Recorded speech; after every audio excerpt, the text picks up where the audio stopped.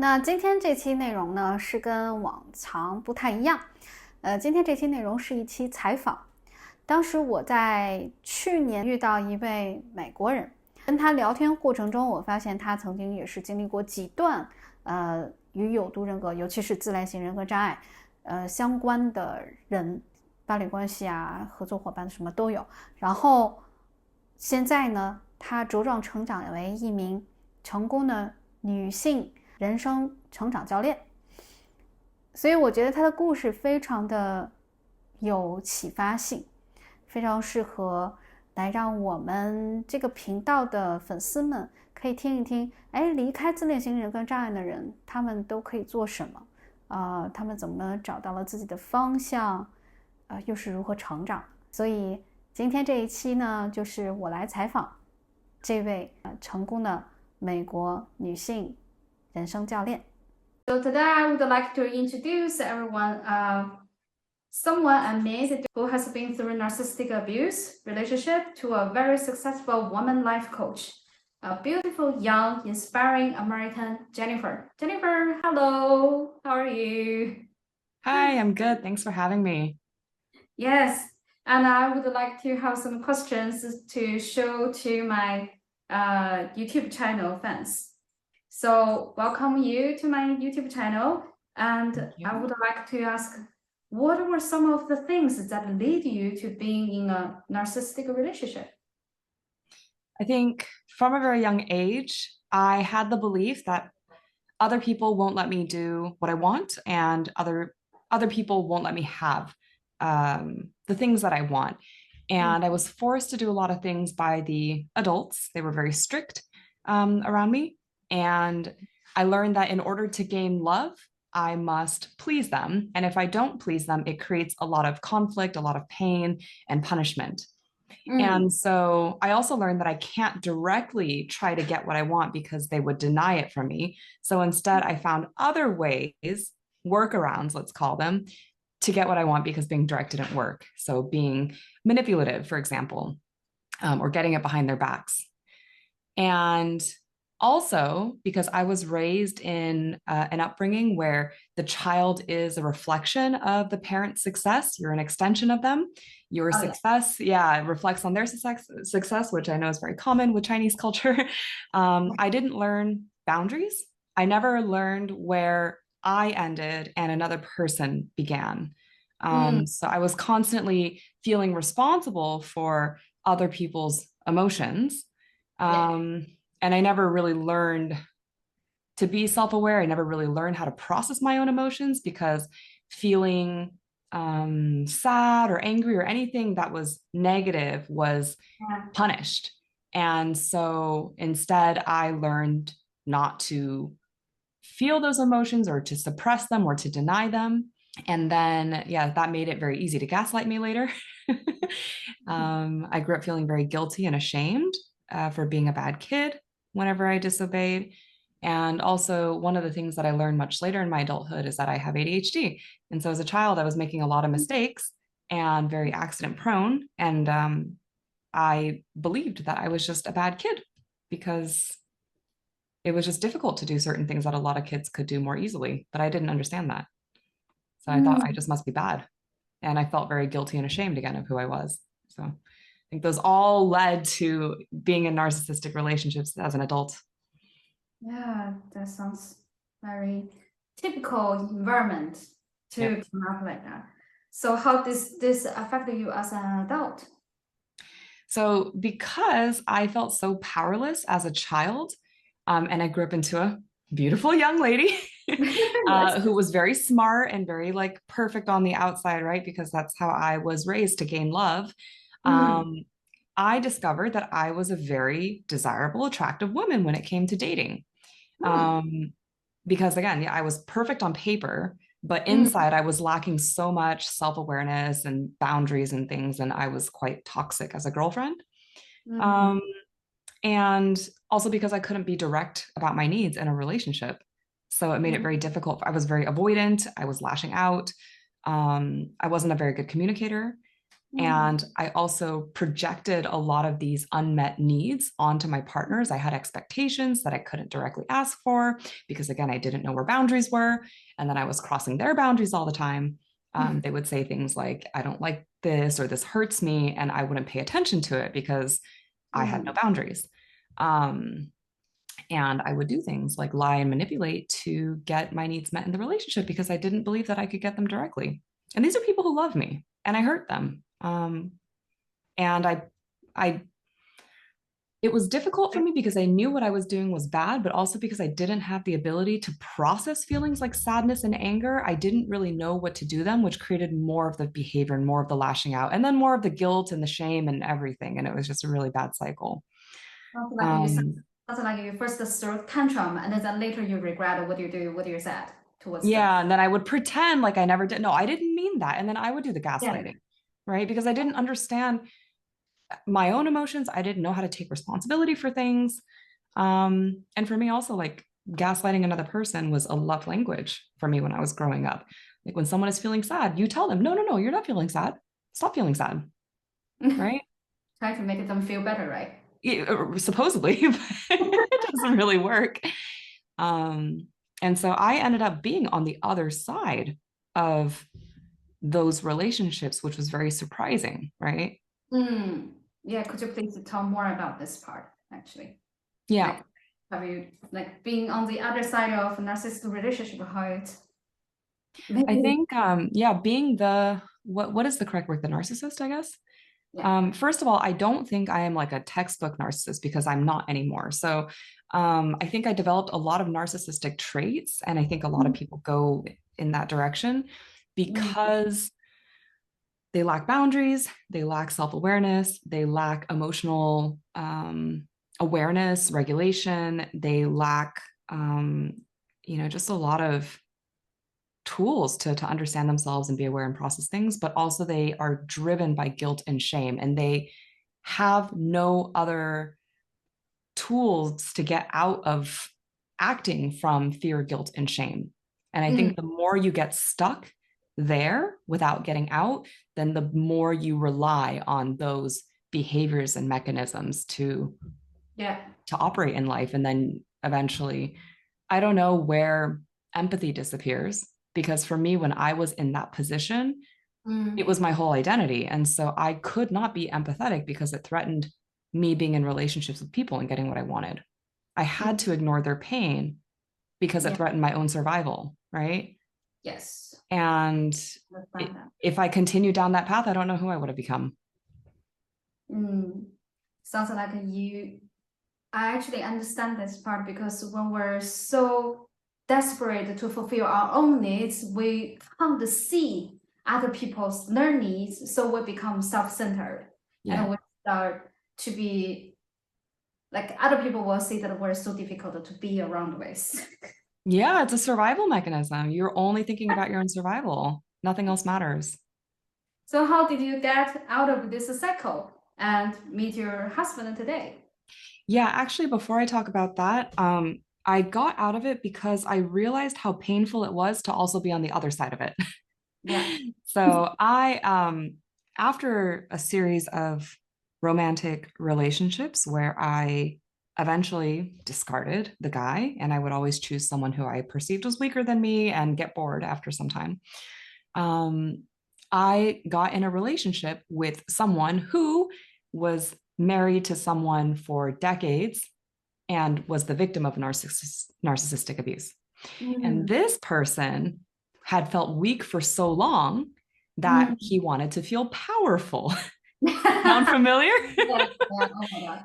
I know. And because he was older than me, I looked up to him in many ways. Like he had more experience, he knew better. I idolized him, which is another thing people do when they have low self esteem. Um, and this person got close to me during a vulnerable time. I had Mm. just moved to a new place, I didn't know anyone there. And so he very quickly positioned himself to be like my number one person, Mm. right? Mm. Um, Typical and way, huh, right? what's that? Typical narcissistic approach. Yep. Yeah. And we knew each other professionally before, and I had a very good like reputation in my career. And I was a very like shiny kind of Mm. person as well. So the first thing that he did was isolate me from my family. My family Mm. had already started to notice something is off. Why are you, who's like, so great with someone like this? They want something from you, they're older than you, all this stuff, right? Yeah. And some of my closer friends were also saying, be careful, Jen, something looks fishy here. Mm. And so what he would say is they're jealous of us, they're going to try to tear us apart, they're threatening our relationship, Mm. so you need to stay away from them. You either Mm. choose me or them, right? And they start to make these ultimatums. Um, Brighton. yeah, threats. And then one of the biggest threats is because for me, one of my biggest insecurities is I'm a bad person. I try everything in my power to be a good person.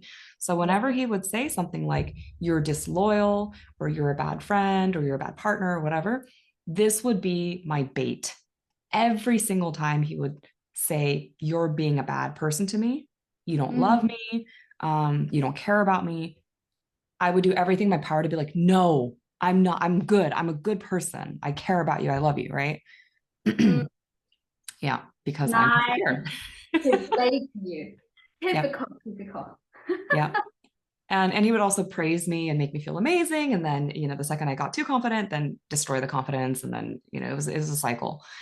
Um, He destroyed your confidence. well, my confidence was already low that I got in a relationship like this. But more so, yes, yes. And then we started a business together, Mm. and the business wasn't successful. And he Yeah. was constantly telling me how much I'm letting him down, how much I don't care about him, how much I'm responsible for his financial situation, and like, just a lot of twisting facts, gaslighting, things like that. And he asked Um, you to take all the fault. yeah, yeah. Mm. And I was so confused from all the gaslighting that I knew that I felt bad in the relationship. I couldn't justify why I felt bad. Then I started doubting, well, do I really feel bad? Do I, no, I love this person. And, it's just like this horrible cycle of, Like justification and then yeah, feel something off, but then justification again and then off again. it was Like, awful. Yeah. I was so confused. And also, I mentioned maybe we should get couples therapy. Maybe I should go see my own therapist. I'm not feeling so well. And he would do everything in his power to say, if you can't talk to me directly about it, like we can talk through anything, and you don't trust me. And what kind of a, relationship is this if we can't trust each other and talk openly about our problems? And this person was also a life coach. So he had a lot of psychological tools as well. Right. oh, this is making him really dangerous. Yes. Yeah. Yep, yep, yep. Huh. There So were a you lot of warning want to go signs. to the So second. I know one of the scary things about getting out of these relationships is going behind the other person's back to try to get yourself help, because they will do everything to threaten you and make you stay. Um, Fortunately, this person was only psychologically controlling me. We had the business shared bank account, but it wasn't like our entire finances. It wasn't like we had a child together, or we didn't have like, there was no physical abuse or anything like that. Mm. So my situation was a little bit easier than some of the other ones that you've probably seen. And I saw a therapist by myself, which was Mm. a big, bold move for me. And I was convinced by this person that I was a lot of things. I was an alcoholic. I was a narcissist. I was just a lot of awful things, right? That I actually wasn't. So he Um, labeled you, saying that you're a narcissist, you're alcoholism, right. alcoholist. Like he would turn something like, I had, you know, I can't drink much because I just can't, but let's say I had 3 drinks last night, and I was concerned that, I had one more than I normally do. And then he would twist it into making me feel so bad that I thought I was an alcoholic. It's just kind of different ways to Ah, chip okay, away at the that's like, self-esteem. Yeah. mm. And why I kept hurting him is because I must be a narcissist. So That's I went actually to, very typical yeah, narcissist would say, like you yeah, must be narcissist. yeah. It was all deflection. I learned that way later in therapy. But when Ugh. I went to the therapist, the first thing I said is, I would like to overcome my narcissism.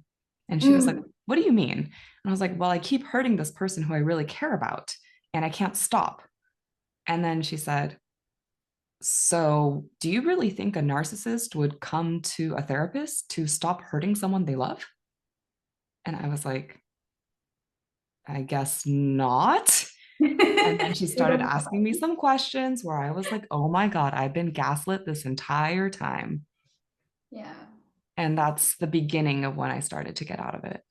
Wow, that sounds really not easy. Even I have goosebumps on my body when I hear the story. So, what were your biggest takeaways being on both sides to share with us? Yeah. So I would say, first of all, one of my biggest takeaways, like an actual result, was meeting my husband. He is a complete pattern interrupt, let's say. So when I started to really work on myself, I made a decision at one point because I was so tired of being shame and fear driven, right? I made a Yeah, decision who I really want to be is I want to be happy. I want to be a loyal and loving girlfriend to somebody, right? yeah.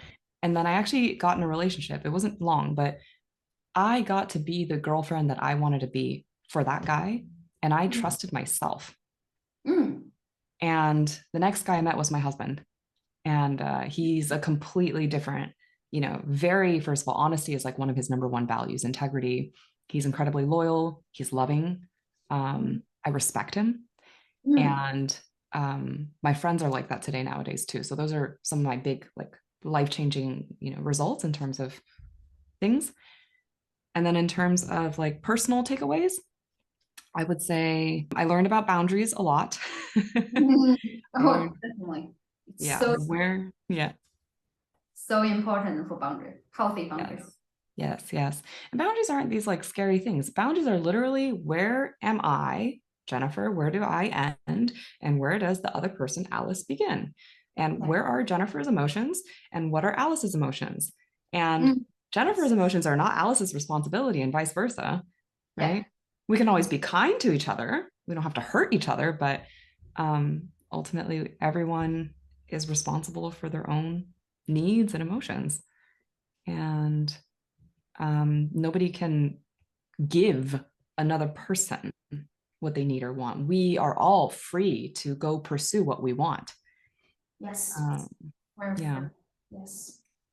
Other things that I learned, big takeaways, is build your own self confidence, learn who you are, your own sense of self, because when you have this, nobody can take it away from you. No one will try to take advantage of you if they recognize that you have that. It's just, you're not an easy target. Nobody can gaslight you if you're sure about who you are and how you feel and what your values are. Right. Resilience. Resiliency, yeah. And I think one of the other big things I learned is in the later relationship where I was the narcissistic abusee. Mm. I think a lot of people after a relationship like that would decide that they should close their hearts, that they can't trust people, that they were too loving, that they were too open, that they were too trusting. But what Mm. I learned instead, thankfully, having this therapist and great friends, was my openness and trustingness and lovingness was actually one of my biggest assets because I wasn't always like that. That's something I learned, and I love that about myself. My problem was giving it to the wrong person.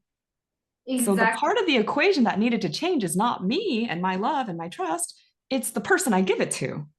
Exactly. That's what Yeah. I told my fans as well. Yeah. That's Yeah. And then, and don't lose it. right. And only when you have your own confidence, you know your values, you're clear about what you want, can you actually start to identify what kind of people you want in your life. Otherwise, you have no clue. Yeah.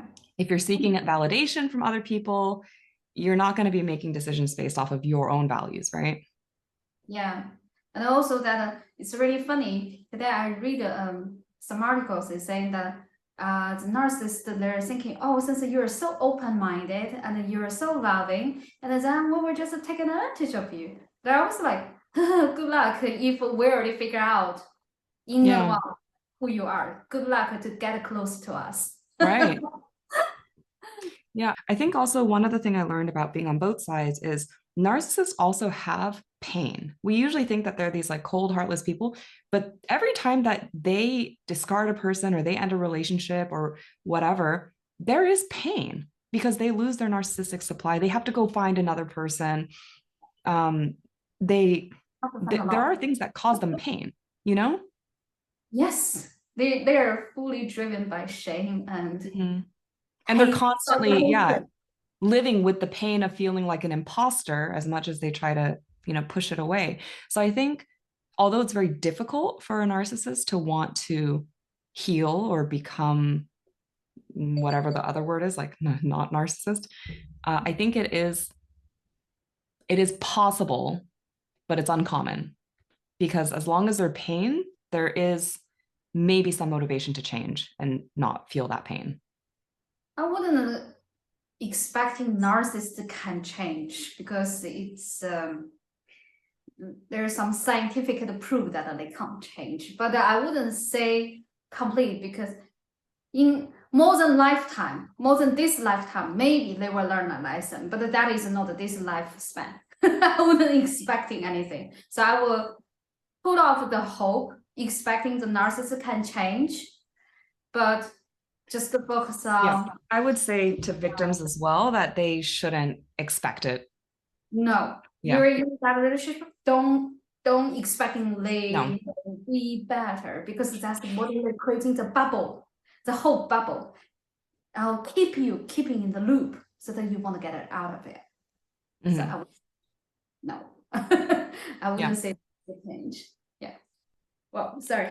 no So worries.